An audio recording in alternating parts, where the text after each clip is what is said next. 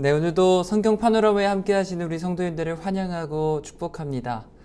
참 혼란스럽고 어둡고 참 이 방향을 어디로 나아가야 될지 모르는 그런 상황들 속에서 하나님은 오늘도 우리에게 무엇을 붙들고 살아가야 될지에 대해서 말씀해 주십니다.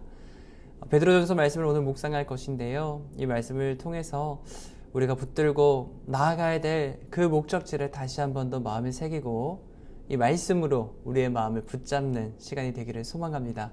제가 잠시 기도하고 시작하도록 하겠습니다. 하나님 아버지, 이 어두운 시대 가운데 이 세상에 속한 사람이 아니라 우리는 나그네요, 이방인이요, 거류민이다 라고 말씀하시며 세상에 속하지 말고 세상에 동화되지 말고 오직 하나님을 향한 믿음으로 이 교회의 사명과 그리스도의 정체성을 잊어버리지 않고 살아가기를 원하시는 하나님, 오늘도 우리가 영적으로 깨어서 이 하나님의 음성에 귀를 기울이게 하시고 다시 한 번 더 영원한 마르지 않는 이 말씀을 붙잡고 이 말씀대로 살아갈 수 있는 저희들 되어질 수 있도록 오늘도 우리 가운데 역사하여 주옵시고 말씀하여 주시옵소서. 깨닫는 지혜를 허락하여 주옵시며 말씀대로 살아갈 수 있는 능력 또한 허락하여 주시옵소서. 예수님 이름으로 기도합니다. 아멘. 네, 오늘은 베드로전서 말씀을 함께 살펴보려고 합니다. 이 베드로전서는 우리가 베드로가 잘 알고 있는 베드로가 쓴 것이죠. 그동안 우리가 이제 사도행전부터 해서 바울 서신을 살펴봤습니다. 바울 서신과 또 공동 서신에 속하는 이 베드로 서신의 말씀을 우리가 살펴보면서 참 우리에게 필요한 말씀을 주셨다라는 것들을 깨닫게 될 것인데요. 어떤 또 말씀을 주셨는지 한번 살펴보겠습니다. 첫 번째로 이 베드로서가 쓰여졌을 당시의 그 배경을 살펴보고요. 그리고 이 베드로서가 어떤 구조 또 어떤 중심 내용을 가지고 있는지를 살펴볼 겁니다. 두 가지 메시지 중인데 이제 첫 번째 메시지는 세상 속에서 부름받은 교회가 가야 할 방향에 대해서 잘 안내해주고 있습니다. 교회의 정체성은 무엇이며 세상과 어떻게 다른 부르심을 받았는지, 그래서 어떻게 나아가야 되는지 그 사명을 다시금 알려주고 있고요. 두 번째는 이 독특한 이 베드로서의 표현인데 십자가를 선한 양심으로 연결시켜서 교회가 가야 될 길에 대해서 이야기를 해주면서 아주 구체적으로 그러면 그 나아가야 될 길이 무엇이냐, 그 사람은 그래서 어떤 변화된 모습으로 살아가는 것이냐를 이야기를 해주는데 그것은 바로 선한 양심이다 라고 이야기를 해줍니다. 결론 부분은 그래서 우리가 세상 속에서 어떤 제사장 공동체로서의 교회 사명을 감당해내야 하는지 그 부분에 대해서 이야기를 해주는데요. 참 어두운 시대지 않습니까? 갈 바를 알지 못하는 세상, 두려움 가운데 혼돈이 가득한 세상 속에서 우리 그리스도인 된 우리가, 교회로 부름받은 우리가 어떻게 살아가야 될지에 대한 아주 명확한 지침, 그런 말씀을 주십니다. 이 시대에 우리가 정말 붙들어야 될 말씀인데요. 함께 묵상해 보도록 하겠습니다. 먼저 이 공동서신에 대해서 바라보는 관점이 이제 최근에 어떤 이제 영향이 있냐면 바울 서신과 공동 서신으로 신약 성경의 서신을 구분할 수가 있습니다. 바울 서신 우리가 지난주까지 살펴봤지만 참된 자유에 이르게 되는 그 율법에 매여 있었던 그들에게 율법의 종로를 타고 있었던 유대인들을 향한 또 이방인들을 향한 참된 복음, 그래서 믿음으로 구원에 이르게 된다는, 유대인과 이방인과 상관없이 모두가 믿음으로 구원에 이르게 된다는 그 바울 서신의 이신칭의 메시지, 로마서에서 잘 나타나 있죠. 공동 서신이 이야기하는 것은 무엇인가? 바울 서신의 핵심이 이신칭이라면 공동 서신은 어떤 이야기를 하고 있는가? 이 관점으로 한번 살펴봐야 됩니다. 네, 이제 우리가 잘 알고 있는 이 야고보서, 야고보서는 행함을 굉장히 강조하고 있습니다. 살아있는 믿음은 행함이라는 열매를 맺게 된다라는 이야기를 하고 있는데요. 오늘 살펴보는 베드로전서가 이야기하는 것은 선한 양심, 그 성품에 대해서 굉장히 중요하게 강조를 하고 있습니다. 그리고 요한일서 2서 3서는 행함과 진실함, 생명에 이르는 길, 이런 부분들을 이야기하고 있는데 조금 이제 강조점이 다릅니다. 어떤 이야기를 하는 것이죠? 이 야고보는 예수님의 동생 야고보였고요. 예루살렘의 이 그 총회를 관장했었던 지금의 총회장 같은 그런 사도겠죠. 베드로는 어떤 사람이었습니까? 예수님의 수제자였고요. 요한도 마찬가지로 아주 그 당시 초대교회에서는 이 베드로, 야고보, 요한은 기독교 지도자들이었고 사도들 중에서도 너무 잘 알려진 리더들이었습니다. 근데 바울은 어떻습니까?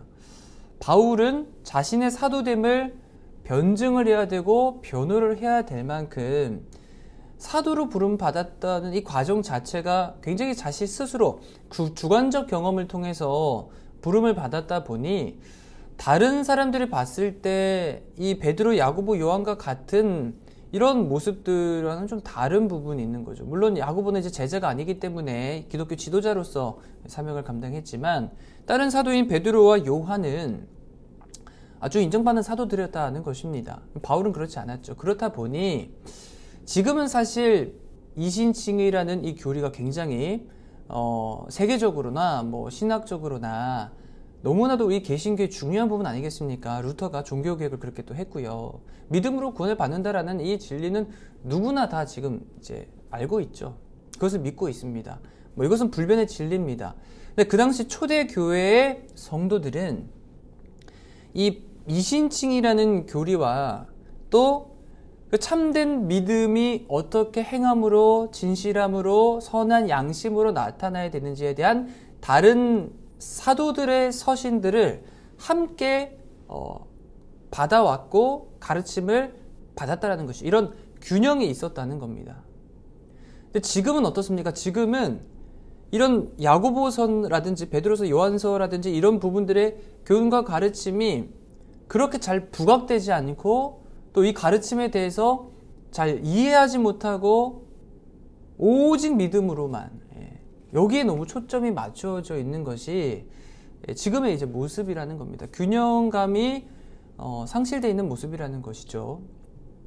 그래서 이 공동서신을 우리가 바라볼 때에 공동서신이 강조하고 있는 메시지를 우리는 들어야 됩니다.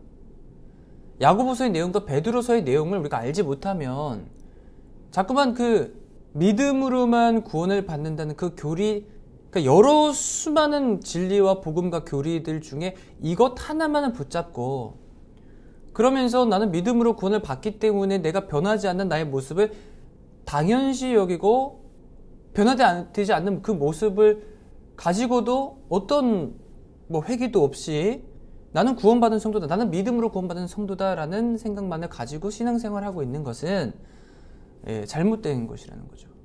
그렇기 때문에 우리는 오늘 이 베드로서를 묵상하면서 정말 우리에게 바른 신앙, 바른 교리, 바른 믿음을 그 믿음의 길을 걸어나가기 위해서 굉장히 중요한 이야기를 하고 있기 때문에 귀를 기울여서 들어야 된다는 것이죠.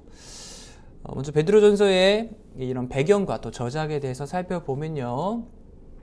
명칭에서도 그렇듯이 베드로전서는 사도 베드로, 예수님의 사도라고 부름받는 베드로가 썼습니다. 사도는 보냄받는 자라는 뜻을 가지고 있죠. 그래서 누구에게 보냄받았습니까? 예수님께 보냄받은 사람이었습니다. 예수님께 보냄받은 사람은 당연히 예수님께서 가르쳐 주신 말씀을 전하는 사람이겠죠. 수신자는 어떤 사람들이었는가?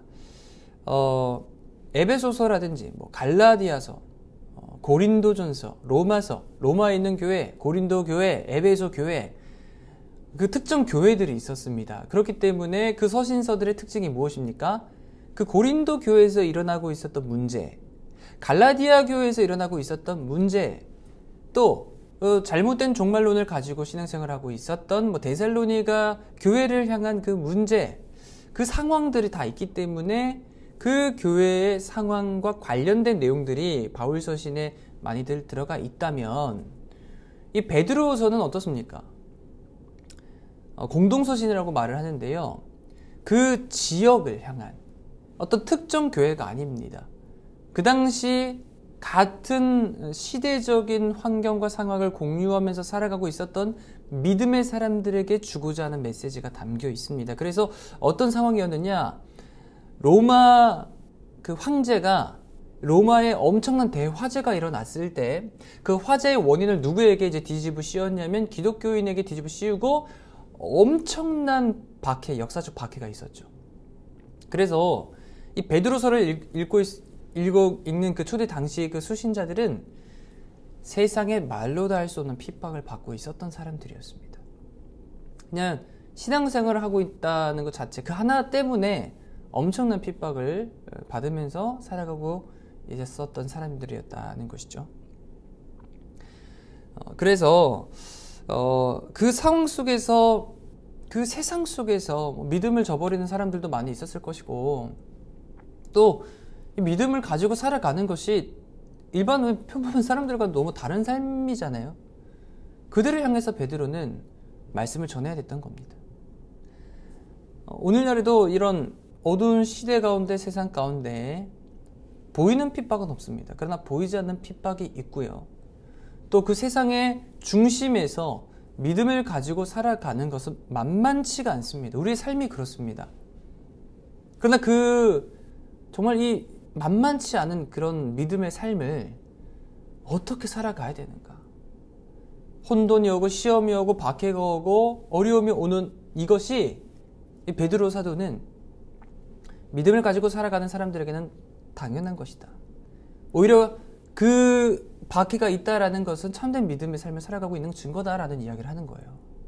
오늘날에도 이 베드로서의 메시지는 너무나도 잘 맞아떨어지는 메시지이고 우리에게 필요한 메시지다라는 것이죠.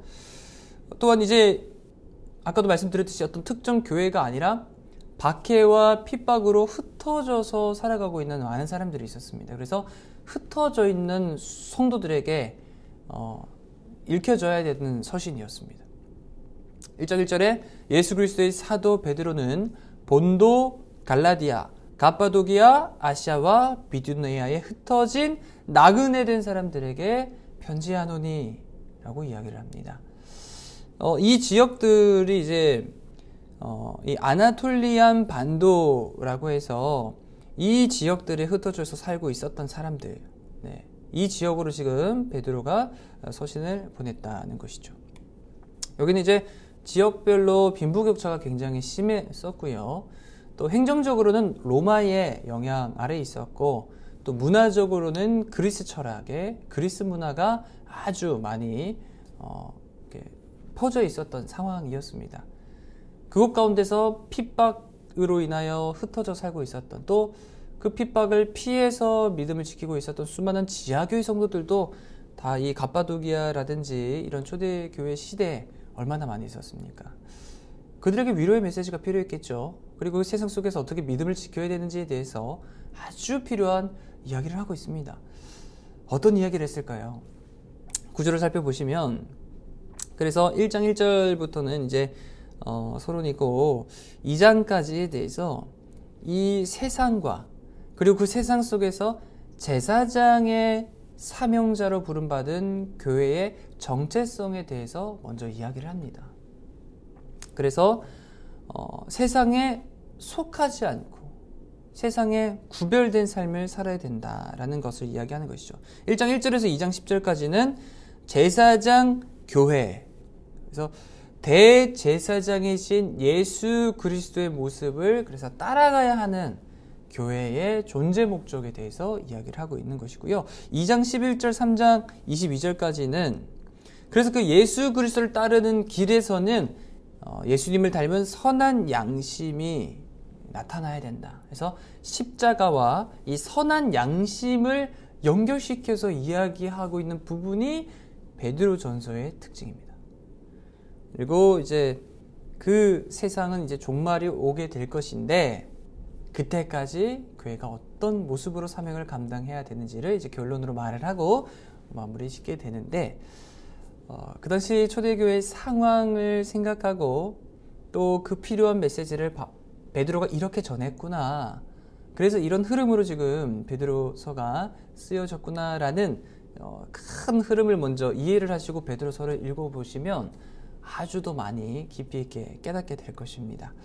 그래서 이 두 가지인데요. 베드로전서의 메시지는 두 가지입니다. 첫 번째 이제 그래서 교회, 그럼 제사장 교회인 이 교회가 어떤 길을 걸어가야 되는가? 이 정체성에 대해서 먼저 이야기를 해줍니다.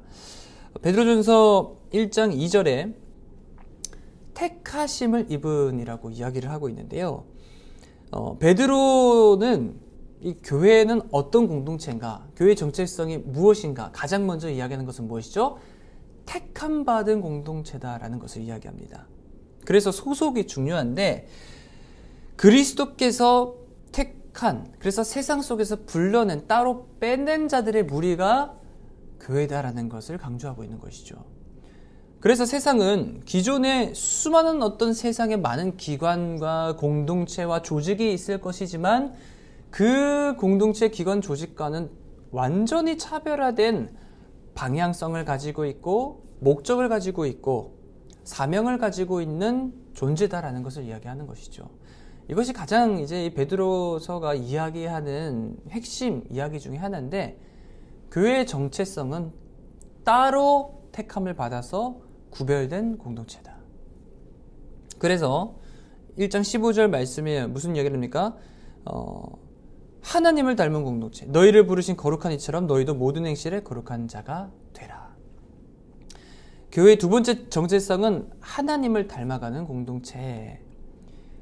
너희를 부르신 거룩한 이 하나님처럼 너희도 거룩한 자가 되라. 택함받은 교회의 특수성. 택함받은 교회이기 때문에 그 부르신 분과 같이 거룩한 공동체가 되어야 된다라는 이야기를 하는 것이죠. 그리고 이 교회는 하나님의 말씀에 순종하는 삶을 살아가는 것이죠. 하나님을 닮아야 되죠. 하나님처럼 거룩해져야 됩니다. 하나님처럼 부르신 이처럼 거룩한 자가 되라. 그 거룩한 자가 되는 사람의 특징이 무엇이냐?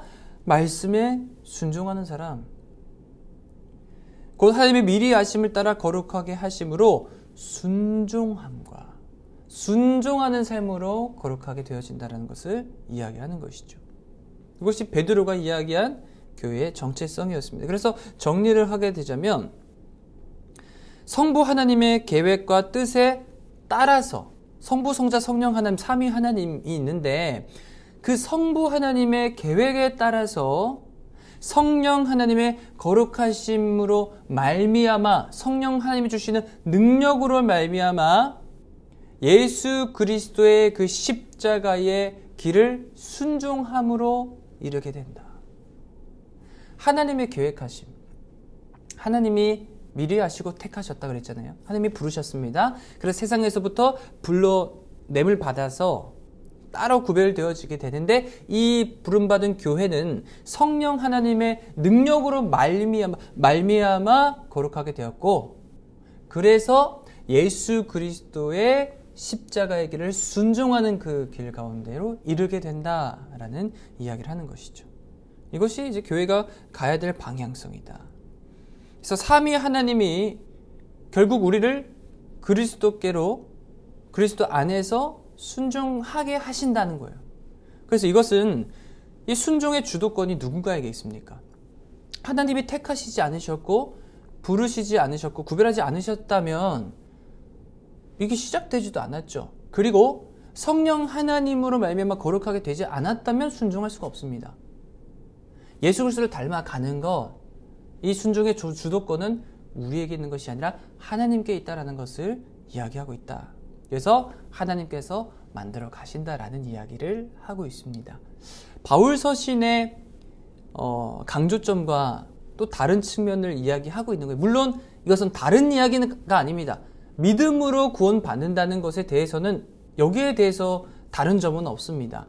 그런데 그 믿음으로 구원받는다는 것이 어떻게? 하나님께로부터 시작이 됐고 성령 하나님을 통해서 믿는 자는 그렇게 거룩하게 되어지는 것이고 하나님의 주도하심으로 그래서 믿는 사람은 그리스도를 순종하게 되는 예수를 닮아가는 모습이 되어진다는 것을 베드로가 이야기하고 있다는 겁니다. 그래서 교회의 정체성 네 번째 교회의 사명입니다. 그렇게 부름받아서 살아가야 될 교회의 사명. 왜 부르셨느냐? 그냥 부르신 것이 아니라는 거예요. 그냥 구원받은 것이 아니라는 겁니다.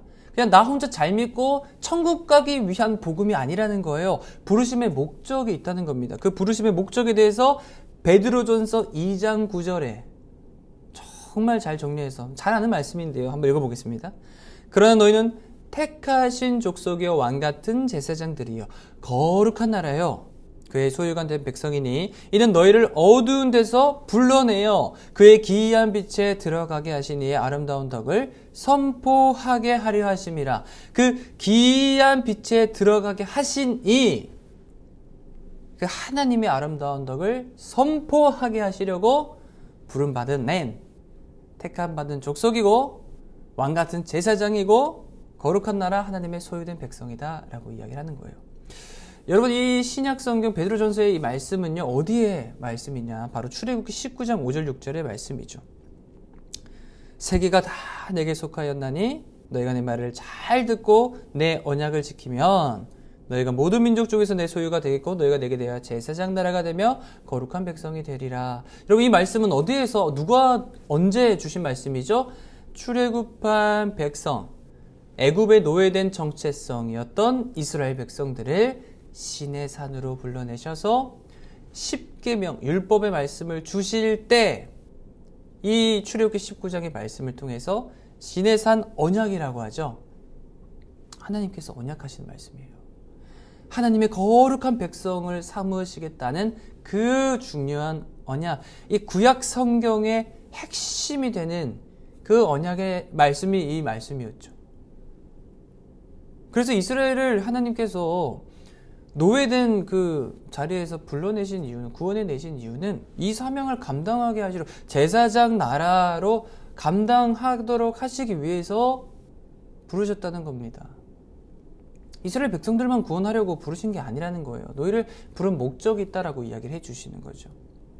무슨 이유인지 모르겠는데 세상의 수많은 민족들이, 온 세계 열방이 하나님을 등지고 죄를 지으며 우상 숭배를 하며 나를 떠났는데, 나에게서 등을 돌렸는데 너희가 좀 가져야겠다, 너희가 제사장 나라가 되어줘야겠다 하면서 주신 말씀이었다는 겁니다. 근데 이 제사장 나라의 사명을 감당하기 위해서 어떻게 됩니까? 내 말을 잘 듣고 언약의 말씀을 잘 듣는 것이 너무 중요했다는 거예요. 율법의 말씀을 잘 듣고 순종하는 것, 그 순종하는 삶을 살아가는 것, 그래야 아무것도 모르고 살아가는 죄인들을 향해서 무엇이 옳은 길이고 무엇이 하나님께로 나아가는 길인지를 비춰줄 수 있는 거잖아요. 알려줄 수 있는 거잖아요. 그래서 가나안 땅에 들어가서 이스라엘이 이 사명을 성공했습니까? 실패하게 되죠. 이스라엘이 실패했던 사명이었습니다. 그런데 그 사명을 이제 어떻게 감당하게 하십니까? 율법으로는 실패했지만 믿음으로 감당하게 하시는 거예요. 율법으로는 율법을 지킬 능력이 없어서 그 누구도 이 사명을 감당할 수가 없는 거예요. 그래서 예수님께서 그 율법의 모든 요구를 다 이루시고 의를 충족하시고 예수를 믿는 사람에게 그리스도와 성령으로 연합되어지게 하시고 그리스도의 의를 전가시켜 주셔서 그 예수 생명이 그 안에서 살게 하심으로 이 사명을 감당하게 하시려고, 그래서 베드로서가 교회의 사명은 왕같은 제사장이다 라는 이야기를 하고 있는 겁니다. 그래서 제가 그 신학교 다닐 때 대학교 교수님께서 이런 이야기를 하셨어요. 많은 믿는 사람들이 결국 자기의 믿음과 신앙은 자기 문제 안에만 국한이 돼 있다는 거예요. 내가 구원받는 것에만 집중하고 있어서 나에게 주신 사명에 대해서는 생각을 못 한다는 거예요. 그러면서 이제 반지의 제왕 영화 이야기를 하시면서, 여러분, 반지의 제왕이 왜 기독교 이 대작이라고 평가받는지 아십니까? 제사장의 그 소명이라는 거예요. 세상에서 일어나고 있는 영적 전투, 이 베드로서가 이야기하는 것과 정말 너무 잘 맞아떨어져요. 엄청난 전쟁이 있잖아요. 그 반지의 제왕 두 번째 시리즈가 두 개의 탑이라는 이야기고, 세 번째 시리즈가 이제 왕의 귀환, 예수 그리스도의 왕의 귀환을 이제 이 문학 작품으로 표현을 한 것인데, 이 세상에는 거대한 전쟁이 이루어지고 있는 곳이다라는 것을 이제 반지의 제왕이 이야기하고, 베드로서도 마찬가지죠. 그런 전쟁이 이루어지고 있는 세상 속에서 어떤 정체성을 가지고 살아야 되는가, 세상을 변화시켜 나가는 영적 전투에서 믿음으로 승리해 나가고 그들에게 바른 길을 제시해야 된다라는 이런 세계관을 잘 설명해 준다는 것이죠. 그래서 교회가 가야 할 길은 그런 부르심을 받아서 그런 삶을 살아가는 사람들은 이 세상이 하나님 나라가 아니어서 이 세상이 낯선 땅으로 느껴지고 또 그렇게 믿음으로 살아가는 것 자체가 이방인과 같은 모습이다라고 하는 거예요. 제사장의 사명을 감당하는 모습은 그래서 이 세상 사람들이 봤을 때는 이방인처럼 보이는 것이 당연하고 자연스러운 것이다라는 걸 이야기하는 것이고, 그리고 이 전쟁, 영적 전쟁이 일어나는 세상 속에서 믿음으로 살아가는 것은 당연히 시험이 있고 역경이 있고 고난이 있고 어려움이 있다는 거예요. 이것은 당연한 것이다. 자연스러운 것이다라는 것을 이야기하는 것이죠.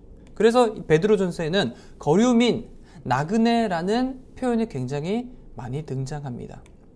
흩어진 나그네, 거류민과 나그네 같은 너희라고 하죠. 그래서 이 세상, 코스모스라고 하는 이 세상 속에 정착해서 사는 사람들이 아니라는 거예요. 영원히 이 땅에서, 이 세상에서 사는 것이 아니라 잠시 이 세상을 거쳐가는 거류민, 체류하는 외국인, 이방인이다. 그래서 하나님 나라의 백성, 제사장의 사명을 감당한 사람들의 삶의 모습은 다를 수밖에 없다라고 이야기를 하는 것이죠. 그래서 구별되어야 되고 세상에 속하지 말고 동화되지 말아야 한다라고 이야기를 하는 겁니다. 애굽에서 구원을 받았습니다. 이스라엘 백성들이 그 약속의 땅, 가나안 땅에 들어가기 전에 광야라는 곳을 지나잖아요. 여러분, 그 광야는 어떤 땅이었습니까? 정착해서 살아갈 땅이 아니었죠. 지나가야 하는 땅이었습니다. 이 세상도 마찬가지라는 것이죠. 우리의 본향, 하나님께서 예비하신 영원한 그 하나님 나라에 이르기까지 우리는 이 광야 같은 인생을, 세상을 지나가는 겁니다. 우리는 영원히 여기서 정착해서 살아가는 정체성을 가진 사람들이 아니라는 거예요. 그래서 이런 시험과 역경과 고난을 겪으며 살아가는 우리의 삶의 모습은 나그네처럼, 이방인처럼 제사장 사명을 감당하는 모습이어야 한다. 그래서 로마서 12장 2절 말씀에 너희는 이 세대를 본받지 말고 오직 마음을 새롭게 함으로 변화를 받아 하나님의 선하시고 기뻐하시고 온전하신 뜻이 무엇인지 분별하도록 하라. 이 세대를 본받아서는 안 된다. 하나님의 뜻을 분별해야 된다. 이야기하는 것이죠. 그래서 세상에 속하지 않고 살 때 어떤 갈등과 핍박이 있는가? 세상과 동화되어서 살면, 세상과 벗하고 살면은 갈등이 없다는 거예요. 핍박이 없습니다. 그러나 이 세상과 동화되지 않으며 살아가기 때문에 갈등이 있다는 것이죠. 4장 12절 말씀에 너희를 연단하려고 오는 불시험을 이상한 일 당하는 것 같이 이상히 여기지 말라. 그럼 그 당시 성도들이 얼마나 그랬겠습니까? 진리라고 하고 복음이라고 하고 복음을 복된 소식 아니겠습니까? 참된 자유함을 주시는 분이지 않습니까? 그런데 그 신앙을 가지고 살아가다 보니 그것 때문에 세상에서 기독교인이라는 이유 하나만으로 너희들 때문에 불이 났다고 하면서 말도 안 되는 핍박을 당하는 겁니다. 이해가 안 되는 거예요. 이 믿는다는 것이 세상에 무슨 악영향을 줬습니까? 그러나 베드로는 영적인 눈을 열어주는 겁니다. 원래 세상이 그런 곳이라고. 이 세상은 이 세상에 속하지 않은 우리의 삶을 이해해주지 않고 도리어 핍박하고 연단하려고 불시험을 가지고 오는 것이 세상이라고 이야기합니다. 너희는 여기 영원히 정착하면서 살 사람들이 아니야. 믿음으로 통과해내는 사람들이야. 이 시험 당하는 것을 이상히 여기지 말라. 안심시켜주는 것이죠. 그것이 당연한 것이다. 그래서 첫 번째 이 베드로전서의 메시지, 교회가 어떻게 가야 돼? 교회의 정체성은 택함받은 제사장이라고 했습니다. 그리고 낯선 땅에서 이방인처럼 살아가는 것이 교회의 모습이고요. 그래서 교회의 모습은 베드로전서에 이런 표현이랍니다. 자유하지만 하나님의 종으로 살아가는 공동체. 선을 행함으로 고난을 받는 공동체. 악을 악으로 갚지 않아야 하는 공동체이고 의인으로서 불의한 자를 대신하는 길을 걸어가야 하는 존재이며 죽음의 길 같아 보이지만 생명의 길을 걷는 자들, 이것이 바로 교회가 걸어가야 할 길이고 교회 공동체가 살아가야 할 삶의 모습이다라는 것을 베드로 사도가 전하고 있었던 겁니다. 이것이 바로 교회가 가야 할 길이다. 그래서 이런 교회, 이 길을 어떻게 걸어가야 됩니까? 주신 선물이 있죠. 그 선물은 바로 말씀이었습니다. 풀은 마르고 꽃은 시드나 하나님의 말씀은 영원하다라는 이 말씀이 바로 베드로서의 말씀이죠. 그리고 그 말씀을 붙들고 살아가야 할 교회는요, 어떤 구체적으로 그런 사명을 가지고 살아가는 삶의 모습은 무엇이냐? 이제 여기서 이제 특별한 이 베드로서의 메시지가 나오는데 바로 선한 양심이다라고 이야기를 하는 거예요. 선한 고난을 받아야 된다. 하나님을 생각함으로 선한 고난을 받아야 된다. 베드로전서 1장 3절 4절에 빨간 글씨를 보시면 예수 그리스도를 죽은 자 가운데서 부활하게 하심으로 유업을 잊게 하시나니, 그러니까 베드로는 예수 그리스도의 십자가 죽음을 봤잖아요. 그것 때문에 자기가 부인했잖아요. 그리고 부활하신 예수님을 다시 만났습니다. 예수 그리스도를 죽은 자 가운데서 부활하게 하심으로 그 그리스도의 죽음과 십자가 죽음과 부활을 통해서 우리에게 쇠하지 아니하는 유업을 잊게 하셨다라고 이야기하는 거예요. 그러면서 8절에 너희 믿음의 확실함은 불로 연단하여도 없어질 금보다 더 귀하여 예수 그리스도께서 나타나실 때에 칭찬과 영광과 존귀를 얻게 할 것이니라. 그래서 십자가와 부활을 통해서 최종적으로 얻게 되는 것은 그리스도의 영광이다. 나타날 장래의 영광, 그 영광과 존귀를 얻게 할 것이다 라고 이야기를 하고 있으면서 이야기하고 싶은 메시지는 바로 고난을 두려워하지 말라. 고난을 두려워하지 말라. 영광을 나타낼 선한 고난이다 라고 위로하는 것이죠. 그렇기 때문에 이 마음을 가지고 살아가는 사람은 선한 양심, 선한 양심. 그래서 이 십자가는 우리에게 이 아름다운 이 영광을 허락할 것인데 그 영광에 이르는 길은 어떤 것이냐? 선한 마음으로, 십자가로 창조해 주신 선한 마음을 가지고 선한 양심을 가지고 살아가는 길이다. 3장 21절 말씀을 보실게요.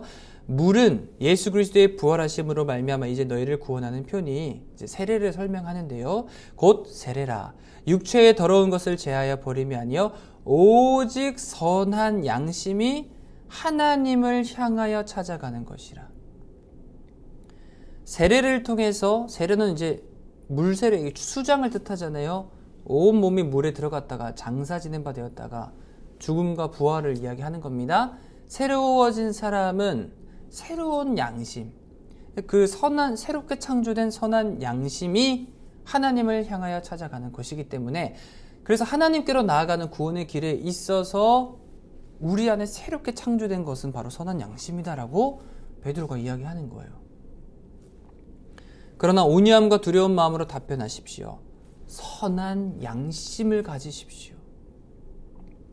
베드로는 믿음으로만 구원받습니다. 그래서 우리가 죄를 짓고 이 죄를 안 지으려고 하지만 죄를 계속 지을 수밖에 없고, 그래도 좌절하지 말고 믿음으로만 살아가십시오. 이렇게 이야기하지 않습니다. 선한 양심을 가지십시오. 오직 선한 양심이 하나님을 향하여 찾아가게 하는 것입니다. 그래서 십자가의 죽으심과 부활을 통해서 물로 죄사함을 받은 사람에게 새롭게 창조된 것은 선한 양심이니 십자가의 길은, 하나님께로 나아가는 그 길은 선한 양심의 길이다라고 이야기를 하는 것이죠. 여기서 중요한 것은 무엇이냐면 믿음과 행함의 논쟁에서 행함이 먼저나 믿음의 논쟁이나 이런 것을 이야기하는 차원이 아닙니다. 지금 베드로가 말하는 순서가 뭐죠? 선한 양심이 있어야 구원에 이른다라고 말한 것이 아니라, 그래서 믿는 사람은, 예수 그리스도를 믿는 사람은 세례를 받은 후에 어떻게 그 사람에게 일어나는 열매, 그 결과가 무엇이냐? 선한 양심이 나타나는 거예요. 선한 양심을 가져야만 참된 믿음, 참된 구원에 이른 그런 순서를 이야기하는 것이 아니죠. 방주를 보면 이 방주가 아라랏산이라는 그 구원의 최종 목적지에 이르기까지 어떻게 갔습니까? 물로 말미암아 물이 이 방주를 가게 했죠. 세례는 그리스도의 부활로 말미암아 이 하나님께로 나아가게 하는 거예요. 그리스도인들은 그래서 선한 양심으로 말미암아 의로운 고난을 감당하는 삶을 통해서 우리는 하나님 앞으로 나아가게 되어진다라고 이야기를 하는 겁니다. 믿음으로만 구원을 받는다고 했습니다. 그래서 믿음 생활 시작했습니다. 그런데 살아가다 보니 계속 핍박이 있고 고난이 오는 겁니다. 포기한 사람들도 많았겠죠. 핍박 때문에 떠난 사람도 많았을 겁니다. 베드로는 그들을 향해서 선한 양심으로 새롭게 창조된 마음으로 의로운 고난의 길을 통과해내서 하나님께로 나아가라 라고 이야기를 하는 것이죠. 믿음의 여정은 그래서 하나님을 향해 나아가는 삶인데 그 삶에는 선한 양심이 나타난다. 그래서 믿음과 양심을 분리하지 않습니다. 믿음을 가지고 이 낯선 땅을 살아가는 사람들의 마음 상태는 선한 양심이 나타나게 되었다라고 이야기를 하는 것이죠. 그래서 정리하자면 교회는 세상 속에서 어떠해야 하는가? 교회는 세상 속에서 어떻게 살아가야 하는가? 어떻게 이 세상을 지나 하늘에 이르게 되는 것인가? 이 세상을 체류하는 외국인과 여행자로서 지나가 본향인 하늘에 어떻게 이르게 되는가? 그 길은 십자가의 길이다. 십자가의 길인데 그 십자가의 길은 베드로는 말하기를 선한 양심의 길이라고 표현했다라고 정리할 수 있습니다. 네, 그래서 이 결론입니다. 이 세상을 지나가는 교회의 사명, 그 방식, 세상 속에서 동화되지 않고 구별되는 존재로 부름을 받았습니다. 그래서 이 교회는 특별한 부르심과 삶의 방향성을 가지고 있는데 이 삶의 방향성은 모습은 십자가라는 선한 양심으로 나타나야 된다라고 베드로가 이야기를 하고 있는 것이죠. 이를 위하여 너희가 부르심을 받았으니 그리스도도 너희를 위하여 고난을 받으사 너에게 본을 끼쳐 그 자취를 따라오게 하려 하셨느니라. 예수 그리스도의 길을 따라가야 한다.